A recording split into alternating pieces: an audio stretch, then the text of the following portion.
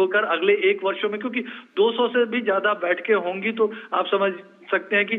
200 venue चाहिए। और PM Modi का एक संकल्प कह सकते हैं कि देश के हर राज्य में, हर केंद्र शासित प्रदेश में और जो जगह, तमाम जगहों पर ये बैठक होनी चाहिए, चाहे जम्मू कश्मीर हो, नॉर्थ ईस्ट हो, खासतौर से इन क्षेत्रों में। और हर क्षेत्र की अपनी अपनी एक पहचान है, अपनी चीजों को शोकेस करने, क्योंकि भारत हम जानते हैं निश्चित तौर पर, चाहे विमेन लेड डेवलपमेंट की बात हो, डिजिटल इंटीग्रेशन के जरिए गवर्नेंस को कैसे आगे बढ़ाया जा रहा है, तो ये चीजें तो है। राज्यों ने भी अपने क्षेत्रों में काफी बेहतरीन काम किए हैं, तो वो एक मंच मौका होगा। तो काफी गंभीर परिचर्चा, और ये 5 बजे बैठक शुरू हुई है, अभी बैठक चल रही है। रीमा, सुधाकर, जिस तरह से भारत के जो G20 शेरपा है अमिताभ कांत, उनकी तरफ से जो बात कही गई थी वो एक अहम बात है, जो उन्होंने चुनौतियों का जिक्र किया था जब कल उनसे बात की गई थी। और उन्होंने कहा कि किस तरह से दुनिया एक उथल पुथल के बीच है और इस वक्त यूरोप में जो हो रहा है या वैश्विक आपूर्ति श्रृंखलाओं को टूटते हुए जो देखा जा रहा है, ये तमाम जो मुद्दे हैं, खासकर साक्षरता, स्वास्थ्य और पर्यावरण को देखते हुए, ये एक अहम मुद्दा है जो कि G20 का एक अहम हिस्सा होने वाला है। वसुधैव कुटुंबकम जिसकी आपने बात कही, उससे जोड़कर अगर हम देखें तो ये भूमिका कितनी अहम है? बिल्कुल, देखिए अमिताभ कांत की बात, और खासतौर से पीएम मोदी ने अभी ब्लॉग भी लिखा है 2 दिन पहले, और उन्होंने क्योंकि एक तरह से जो मुश्किलात हैं दुनिया के सामने, उन्होंने जो यूक्रेन की परिस्थिति का संदर्भ भी एक तरह से दिया। इन परिस्थितियों में किस तरह से हम जानते हैं कि चाहे खाद्य संकट हो, ऊर्जा संकट हो, वो तमाम चीजें पैदा हुई, तो उनसे आगे निकलते हुए एकजुट होकर उन्होंने एक तरह से G20 देशों की एकजुटता की बात की कि क्या साथ मिलकर हम इस तरह की कोशिश कर सकते हैं, मानवता के कल्याण के लिए काम कर सकते हैं। उसकी ओर पीएम मोदी ने इशारा किया था। और चाहे एक तरह से इंक्लूसिव डेवलपमेंट की बात हो, पीएम मोदी ने ये कहा था कि भारत की अध्यक्षता एक्शन ओरिएंटेड रहेगा, निर्णायक रहेगा, और एक तरह से ठोस आउटकम्स की उन्होंने बात की थी। चाहे स्वास्थ्य की आप बात कर ले, खासतौर से उन्होंने ये भी कहा था कि भारत जो साउथ की आवाज है, दक्षिण की आवाज है, विकासशील देशों की, उनकी आवाज जो पहुंच नहीं सकता, उन आवाजों को उठाने की कोशिश करेगा। और भारत उससे निकलकर, क्योंकि विचारों, विचारधाराओं, पहचानों के बीच टकराव और प्रतिस्पर्धा को एक तरह से जो आदर्श मान बैठे थे,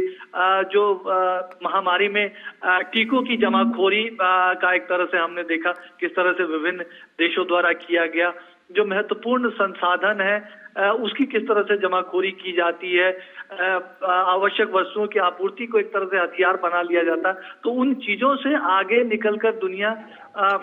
वैश्विक कल्याण के लिए साथ मिलकर काम करे। और देखिए, कोविड ने बहुत ज्यादा सिखाया है, तो भारत जरूर इस बात की कोशिश करेगा। भारत ने, हमने देखा रीमा, ये रास्ता दिखाया है। 150 से भी ज्यादा देशों को दवाओं के जरिए मदद, 100 से भी ज्यादा देशों को वैक्सीनेशन में मदद, और इस बात को पूरी दुनिया ने सराहा। और हमने देखा कि पीएम मोदी ने अध्यक्षता जब भारत की 1 तारीख को शुरू हुई थी, उसके बाद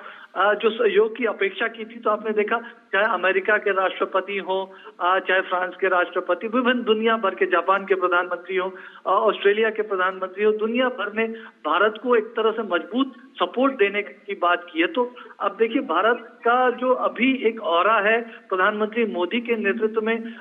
जो भारत की चमक दमक बढ़ी है, उसमें भारत की महत्वपूर्ण भूमिका है।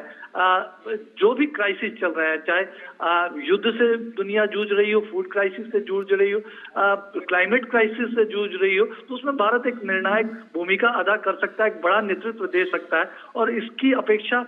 तमाम बड़े देशों को भी है। तो निश्चित तौर पर इसमें पीएम मोदी की जरूर ये अपेक्षा है कि एक तरह से ये G20 सिर्फ केंद्र सरकार का नहीं, सिर्फ राज्य सरकारों का नहीं, बल्कि हर एक भारतवासी का G20 बने, पीपल्स G20 बने, और भारत बहुत मजबूती से एक तरफ वैश्विक कल्याण के लिए एक महत्वपूर्ण भूमिका निभाए, तो राज्य, केंद्र शासित प्रदेश भी अपनी चीजों को शोकेस कर सके। और उसमें क्या महत्वपूर्ण सुझाव राजनीतिक दलों की तरफ से आते हैं, तो उसको सरकार गंभीरता से सुनने, समझने और उसको आगे भी बढ़ाने की कोशिश करेगी। ये एक बड़ा मकसद है इस बैठक। बिल्कुल सुधाकर, और 75 सालों की इंडिया एट 75 की उपलब्धियां बताने की बात भी की भारत ने, और प्रधानमंत्री ने भी लगातार इसका जिक्र किया कि जो प्रगति भारत ने इन 75 सालों में कहां से कहां भारत पहुंचा है उसको लेकर के भी चर्चा होगी। और जिस तरह से 40 लगभग के आसपास जिन अलग अलग राजनीतिक दलों के नेताओं को आमंत्रित किया गया था, तस्वीरों में तो दिखाई दे रहा है, लेकिन आपसे जानना चाहेंगे कौन कौन नेता हैं अलग पार्टियों के जो शिरकत कर रहे हैं इसमें। देखिए रीमा, इस बैठक में कांग्रेस अध्यक्ष मल्लिकार्जुन खड़गे, आप एमके स्टालिन जो डीएमके के अध्यक्ष हैं उनको देख सकती हैं, एआईएडीएमके के जो जनरल सेक्रेटरी हैं वो इस बैठक में मौजूद हैं। इसके अलावा वाईएसआर कांग्रेस के अध्यक्ष जगन मोहन रेड्डी हों, इसके अलावा तमाम जो बड़ी राजनीतिक दल हैं देश के, उन पार्टियों के अध्यक्ष, कुछ लोगों ने अपनी असमर्थता लेकिन बहुत कम ऐसे दल रह पाए, लेकिन उन्होंने भी अपने प्रतिनिधि भेजे हैं। तो एक तरह से कह सकते हैं ओवरऑल इंथुजियाज्म राजनीतिक दलों के बीच भी, और बड़ी भागीदारी, आप सीताराम येचुरी हो, इन तमाम लोगों को इन तस्वीरों में देख सकते हैं। तो तमाम राजनीतिक दलों की तरफ से भी ये तस्वीरें एक तरह से इस बात का संकेत है कि वो केंद्र के प्रधानमंत्री मोदी का जो ये नेतृत्व अगले 1 साल में मिलने वाला है उसको पुरजोर समर्थन देने के लिए तैयार है। ये तस्वीरें इस बात की जरूर तस्दीक करती है, गवाही देती हैं, और निश्चित तौर पर ये एक पॉजिटिव आउटकम के तौर पे देखा जा सकता है। और हमने देखा कि कोविड के दौरान भी भारत ने, और पीएम मोदी की खासतौर से एक रणनीति रही है कि वो सामूहिक फैसलों के जरिए एक तरह से सामूहिक निर्णयों को भारत ने आगे बढ़ाया। तो ये सामूहिक मंच इस तरह का एक बनाया गया। मुझे लगता है कि आगे भी इस तरह की बैठकें जो एक पीएम मोदी की जो रणनीति दिखती है अतीत में भी, उस लिहाज से ये जारी रहेंगे। तो एक पॉजिटिव, एक सकारात्मक रास्ते पर G20 का भारत की अध्यक्षता अगले 1 साल में बढ़ती हुई दिख रही है। सुधाकर, बिल्कुल, और जिस तरह से one earth one family one future, ये जो स्लोगन है जिसका आप भी जिक्र कर रहे थे, और खासकर शांति दूत बनना, क्योंकि भारत ने अलग अलग जब भी विश्व में इस तरह का कोई क्राइसिस आया, अभी आपने कोविड का जिक्र किया, या इसके बाद यूक्रेन की बारी आई, जब यूक्रेन युद्ध के समय भारत ने किस तरह से शांति की अपील की, और शांति देश में ही नहीं बल्कि बाहर जो तमाम अलग अलग जो विश्व के देश है वहां पर है, उसके लिए भी भारत की तरफ से पहल हुई। क्या लगता है कि G20 और खासकर जो एजेंडा है उसमें शांति पर ही अहम जोर रहने वाला है? देखिए, आपने पीएम मोदी का ब्लॉग देखा होगा रीमा, और आपको पता है उसमें पीएम मोदी ने एक चीज की ओर जो शॉर्टकमिंग्स है, एक तरह से जो हम नहीं कर पाए हैं, G20 का मंच नहीं कर पाया है, उस बात को भी एक तरफ से हम क्या कर सकते हैं, G20 क्या कर सकता है, उस तरफ ध्यान दिलाया। तो उन्होंने कहा भी था कि हमको अपने आप से पूछना चाहिए कि क्या हम समग्र मानवता के कल्याण के लिए मानसिकता में मूलभूत बदलाव लाने की पहल कर सकते हैं। और उसकी बात उन्होंने एक तरह से उसको एक्सप्लेन भी किया था। उस मानसिकता में उन्होंने कहा भी कि हम आज भी एक तरह से शून्य योग की मानसिकता में अटके हुए हैं। जब हम देखते हैं कि कई सारे देश क्षेत्र या संसाधनों के लिए आपस में लड़ते रहते हैं, तो ये यूक्रेन के कॉन्टेक्स्ट में आप इसको देख सकती हैं। उन्होंने ये भी कहा कि आवश्यक वस्तुओं की आपूर्ति को हथियार बनाया जाता है। अब एनर्जी क्राइसिस को इस रूप में हम देख सकते हैं। उन्होंने टीके की जमाखोरी की बात की थी, और उन्होंने कहा था कि कई लोग इसको टकराव या लालच के मानवीय स्वभाव से जोड़ते हैं, लेकिन पीएम ने कहा था कि वो इससे असहमत है। उन्होंने कहा कि भारत में एक तरह से एक ऐसी परंपरा है जो एक कलेक्टिव लीडरशिप को आगे बढ़ाती है, डेमोक्रेटिक तरीके से किस तरह से चीजों को आगे बढ़ाया जा सकता है, उसकी बात भारत करता रहा है। तो वो एक थीम जो दुनिया की इस तरह की जो असहमतियों को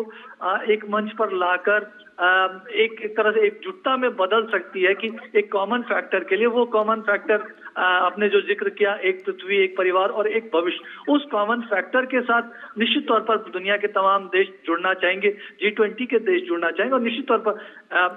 बीते 2-3 सालों में दुनिया के सभी देशों ने देख लिया कि अगर आपस में अगर इस तरह की एकजुटता नहीं होती है तो इसका नुकसान किसी एक या 2 देश को नहीं, हर देश को झेलना पड़ता है। तो इस लिहाज से आपसी एकजुटता बहुत जरूरी है, कॉमन मीटिंग ग्राउंड्स होना बहुत जरूरी। इस ओर पीएम मोदी ने ध्यान दिलाया था, और मुझे लगता है इस बैठक में भी जब भले ही ये तमाम अलग अलग राजनीतिक दल हैं, लेकिन सबका एक मकसद है, वो जिस राज्यों में भी उनकी सरकार है और जिस तरीके से भी वो अपने लोगों के लिए काम करना चाहते हैं, तो उसमें एक सकारात्मक एजेंडा को सब आगे बढ़ाना चाहते हैं, बढ़ाना चाहेंगे। तो वो एक कॉमन मीटिंग पॉइंट यहाँ भी है। और निश्चित तौर पर ये तस्वीरें G20 की तैयारियों को का हौसला एक तरह से